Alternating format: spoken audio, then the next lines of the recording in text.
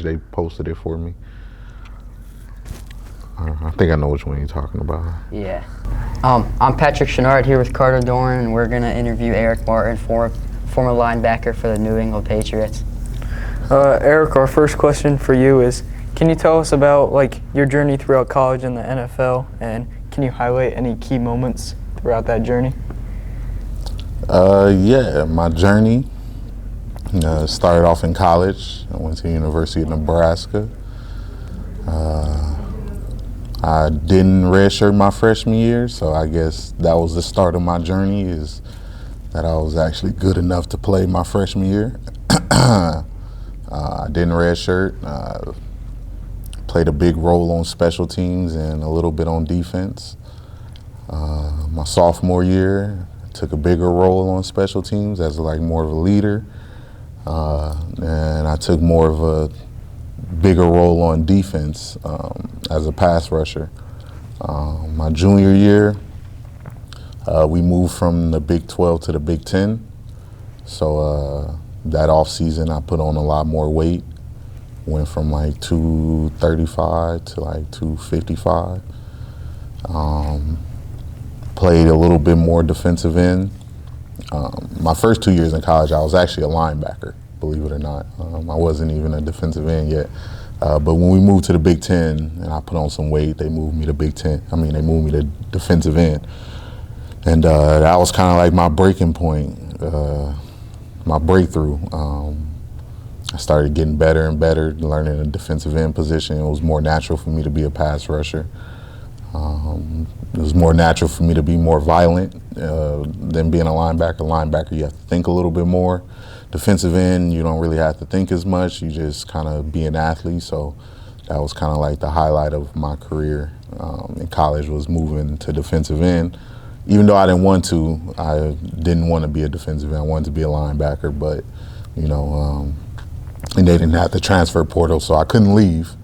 I just had to bang it out and understand that, whatever happens from here is just, is based on my attitude. So I just had a good attitude and accepted it and went on to play my senior year. I ended up doing really well. In the beginning of the season, I sprained my MCL, lost 2 weeks. The first 2 games I didn't play. The second game I played a little bit, but the first game I didn't play as much. I sprained my MCL in training camp. Or fall camp, they call it in college. Got to the 3rd game, and that's when I started. That was my first time starting at defensive end. I ended up having a great year. I finished 2nd in sacks in the Big 10. I was first team all Big 10. And then I went on to go to the league. I just tried for it. I didn't have any any draft stock or anything. A lot of teams wasn't really looking at me. It's my first year as a defensive end, so it made sense. I didn't know what my numbers was going to be, so I didn't get invited to the combine, unfortunately. And I just did extremely well at my pro day. My pro day, I ran a 4.51 and a 40. I ran a 4 and I don't remember. I did a 4.9, 4.8 in a shuttle, something like that. And, but yeah, I had really good numbers. So teams, they took a chance on me. I ended up on draft day in the last 6th round. In the last 6th round, I got called from the Jets. And it was Rex Ryan at the time. He called me and said, hey, we're going to choose either you or this fullback from Wake Forest in the 7th round. And this was the beginning of the 6th round. So, I was like, wow, me or fullback, I'm hoping they choose me because I'm a little more versatile than a fullback. But anyways, they ended up going through the 6th round, and the 7th round came. The Jets had the 2nd pick in the 7th round, and they ended up choosing the fullback from Wake Forest, so that kind of pissed me off. Yes. Then at the end of the draft, got a bunch of calls from different teams, Saints, Jets, and the Browns. first the Jets called me and they were like, "Hey, we want to get you as an undrafted free agent." I'm like, "Well, you had a chance to draft me, so why would I even go there?" You know. And then the Browns called me, and the Browns wanted me. They wanted to draft me in the 7th round, but they didn't have a 7th round pick that year. So their draft ended in the 6th round. So they wanted me to go there, and I didn't want to go to the Browns because I'm like, why would I want to go to the Browns? And so I just chose to go to the Saints. Rob Ryan was the D coordinator there. So Rob gave me a call, and they wanted me, and the Saints were doing really well at the time. Actually, Sean Payton had just came off of suspension for his bounty gate. Oh, yeah. So it was his first year as head coach. But yeah, the Saints, they had, a lot of good defensive players. Cortez Wilson, they had Junior Gillette, Jonathan Vilma, Malcolm Jenkins, Jabari Greer, Will Smith, Cam Jordan, Mark Ingram. They had a stacked defense. So I was like, if I'm gonna go to a team, I'd rather go to a team with if I know I'm not gonna play, because I didn't get drafted, I know I'm not gonna play. At least I'm gonna be around really good players. I'm not gonna go to a team that has, average players. So it was good that I went there because I actually got a taste of, what it's like to be in the NFL. I was in New Orleans. It was 90 degrees with 100% humidity, and I went to University of Nebraska for 4 years, so my training camps had no type of heat at them. It was mostly, just indoors and cold. So going to the Saints was like a real eye-opening for me, and in terms of, just being more athletic in the heat. Some players can play good in the heat, some players can't. It's a mental thing. Some players can play good in the cold, some players can't. I was really good at playing in the cold. I suck at playing in the heat because it was just too hot. So when I got to the Saints, that first off season, that first training camp, it was hard for me. I ain't gonna lie. I sat in my room a few times and I rethunk, making it to the NFL because I never played in that type of environment. So that was the tough part, but I made it all the way to the 3rd preseason game.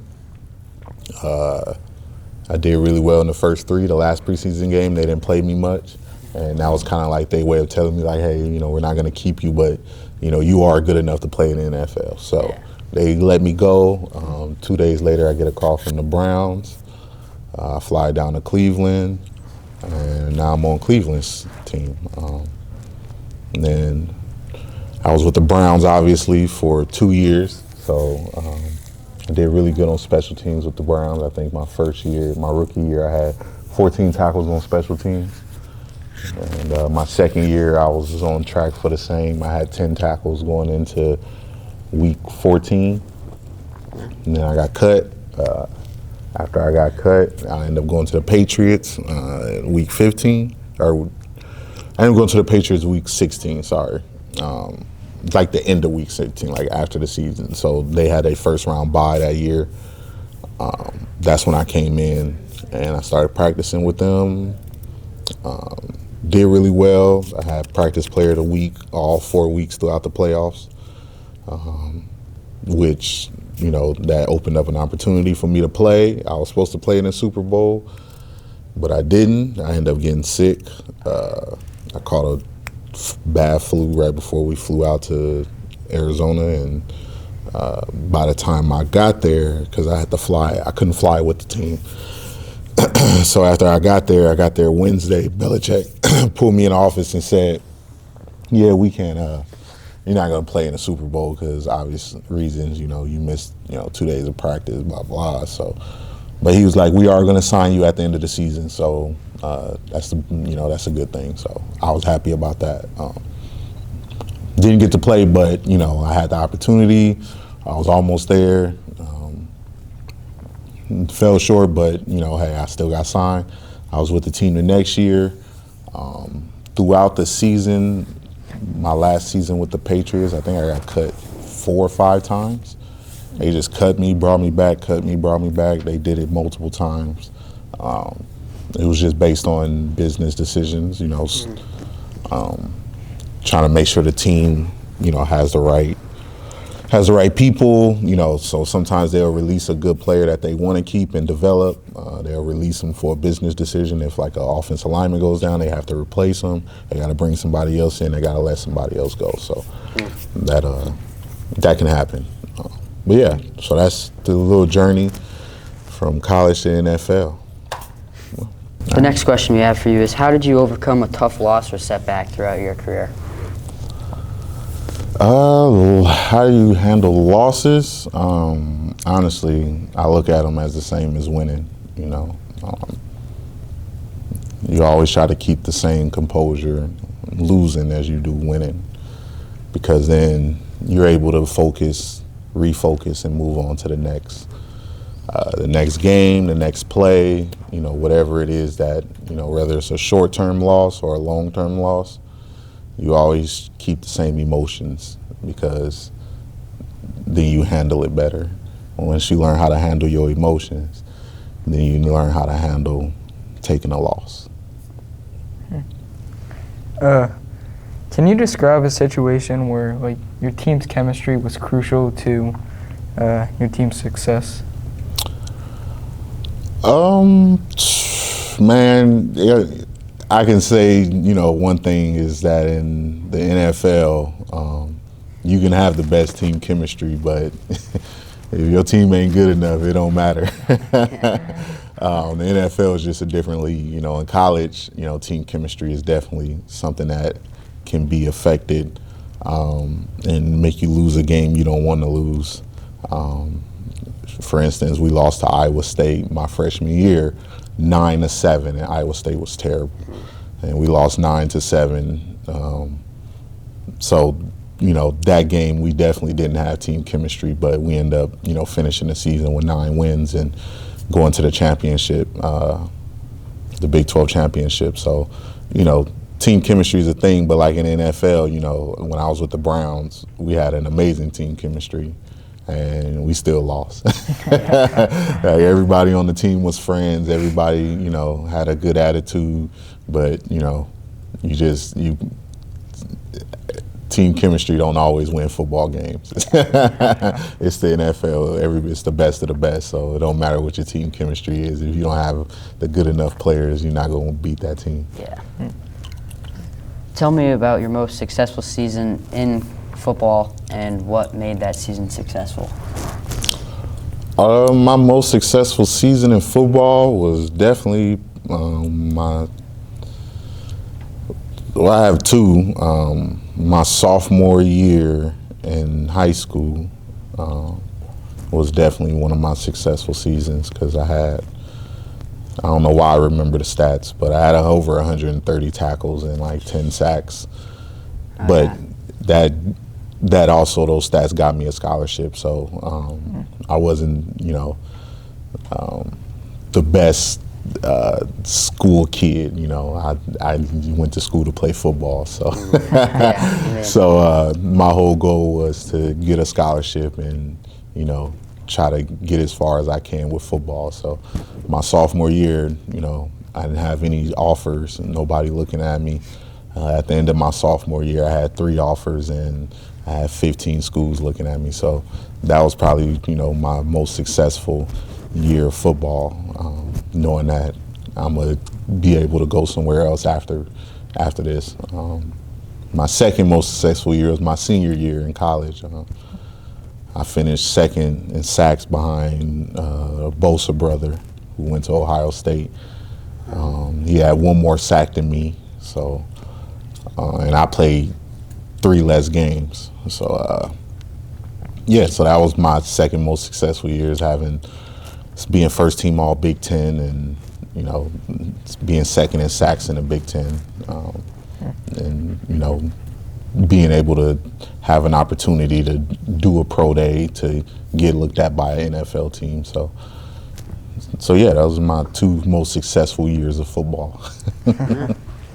How did the past teams you played for, like the high school teams, like how did they how did they like make you a better player when you were going to the college NFL level?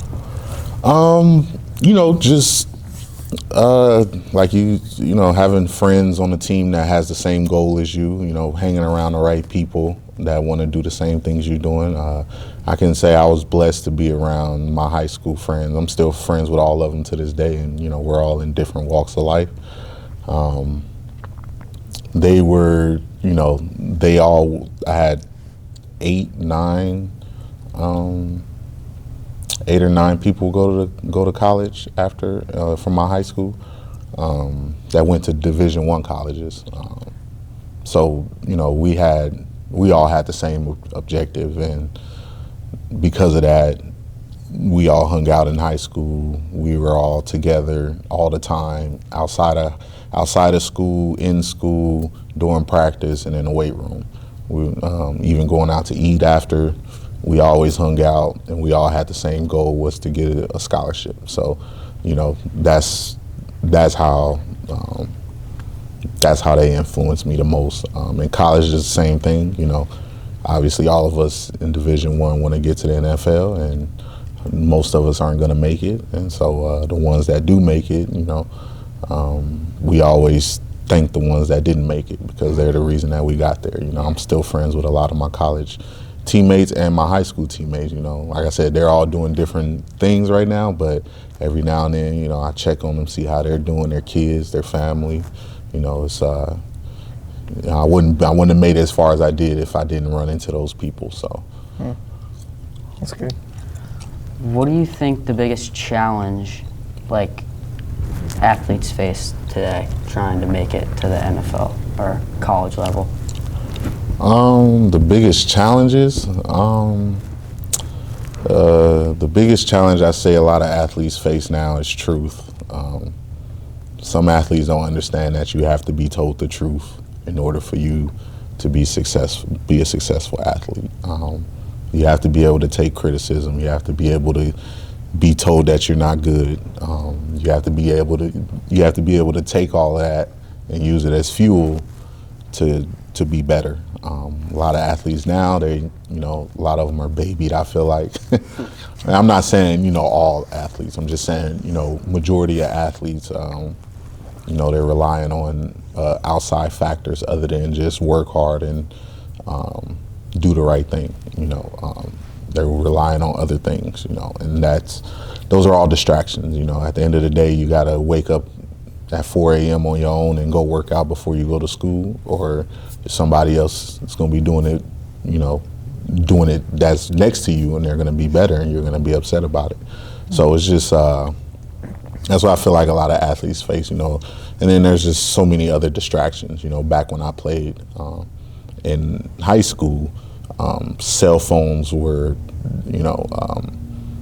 you had to have a lot of money to have a cell phone, let's just say. Yeah. And so not everybody had access to cell phones. So it was just a new and up and coming thing. Also, social media was an up and coming thing. It wasn't that big. MySpace was big at my high school, but even then you had to have a computer that had AOL that had to do the startup before you can even get online. So it was just one of them things where, the access to distractions is a lot more now than it was back when I played. So, I can wake up at 4 a.m. back when I played and go run to school, and then go to school, and then go to practice and run home. A lot of kids, a lot of athletes aren't doing that now.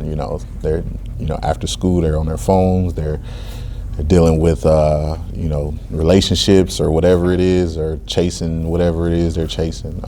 So yeah, it's just a different generation now. You guys got a lot more distractions than us. Final question for you. Mm-hmm. Thank you for your time. Yep. What do you consider like your proudest accomplishments outside of sports? Outside of sports, ooh, that's an easy one. My proudest accomplishment outside of sports was graduating high school and graduating college. I was able, even though I wasn't that great of a student in school, and I was, I think I finished high school with a 2.9 GPA, and I finished college with a I think I had a 2.8, 2.92. So, like I said, I wasn't that, I wasn't that great in school when it comes to books and stuff, but I worked hard at it. I gave it I went to class, and I never missed class. I always went to class. I always did everything I needed to do so I can go play football. Because obviously, if you can't be good in school, you can't play football. So my thing was, I worked my hardest in school. It'll translate on the football field, which it did. And so, yeah, my greatest accomplishment is definitely graduating college. Graduating high school was kind of easy, but college was definitely a challenge. I can say that. Yeah. College was not easy, and my professors didn't show me any love just because I was a football player. When you get up there, unless you win in championships, national championships, your professors don't really care about you playing football, because they know if you win a national championship, well, now you bring your money to the school, which makes their pockets a little heavier too. So, but if you're not winning football games, guess what? The school's not bringing in money, so the teachers don't care about you being a football player. So I can say, even though we did really well in Nebraska, my professors didn't show me any love. I probably had one professor that was kind of generous with me, but I can say, every professor, it was times where I'd get off the plane after a football game Saturday night, and I had to go up to the school. We'd get dropped off at the school, and I had to go to class and meet with a professor. And the only reason why he met with me, because he knew I was going to be tired from the game. So he really wanted to see if I really wanted to work and get a good grade. So he was like, all right, you want to come in? Come in after the football game. So I'd go in, I'd play play against Ohio State, ball out, get 2 sacks, we lose the game, and then I'm on a plane flying back from Ohio State, and I land, and I'm walking to class at 9 p.m. To meet with a teacher to make sure I pass this class. So that's kind of the things that you sacrifice as an athlete. People don't realize, especially being a college athlete, that we have a full schedule outside of our school schedule, and that requires a lot of attention. So if you don't be attentive to it, it's just gonna hurt you in the end. Well, that's all we have for you today. Thank you for your time. Yeah, of course. Anytime you guys need me, I'll come back and do another one. Thank you. All right. Of course. Thank you.